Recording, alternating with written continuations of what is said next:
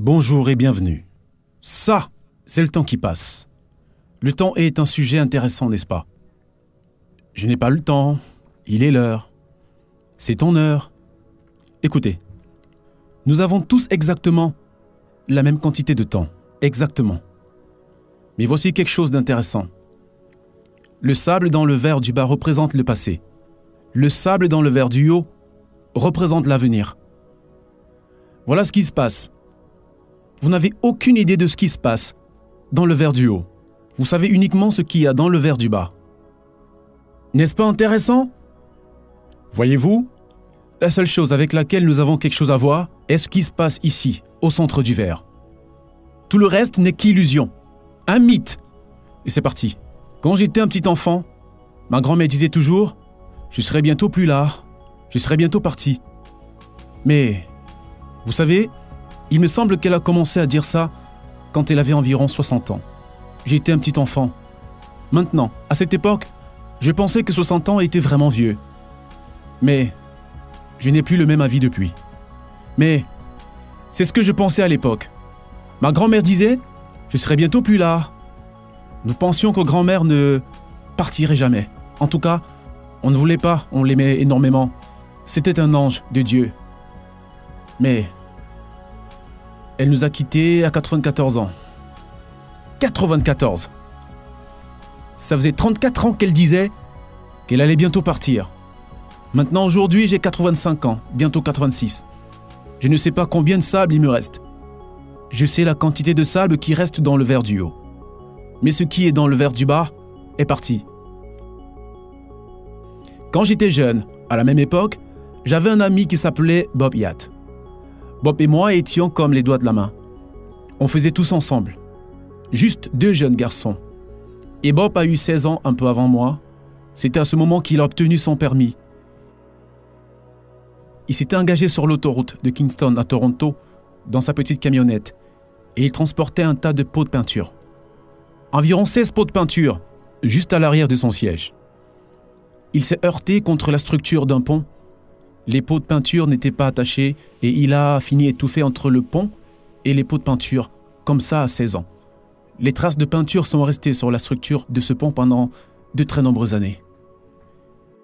Si on avait demandé à Bob une demi-heure avant qu'il finisse contre ce pont, combien de temps il pensait qu'il lui restait, il aurait probablement répondu au moins 50 ans. Et pourtant, il ne lui restait même pas une demi-heure. Puis il y a ma grand-mère qui avait 60 ans et qui disait tout le temps qu'elle nous quitterait très bientôt, alors qu'il lui restait 34 ans à vivre. Et Bob, à 16 ans, c'était terminé. La vérité est que nous ne savons pas combien de temps il nous reste. Mais nous savons que nous sommes ici. La seule chose que nous avons vraiment se trouve ici, juste au centre. Maintenant, si nous voulons profiter davantage de la vie, nous devons faire tout notre possible maintenant. On ne doit pas remettre à demain, ou dire « bien plus tard je le ferai ». Et ne nous plaignons pas de ce qui s'est déjà produit dans le passé. Voyez-vous, j'ai des sabliers autour de moi en permanence.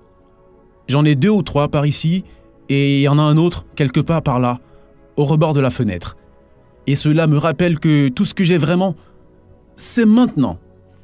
Je veux être aussi efficace que possible. J'ai eu de nombreux mentors dans ma vie. Napoléon Hill est l'un des plus grands. Earl Nightingale, pendant 5 ans. Ray Stanford, le docteur Mark Farlanken.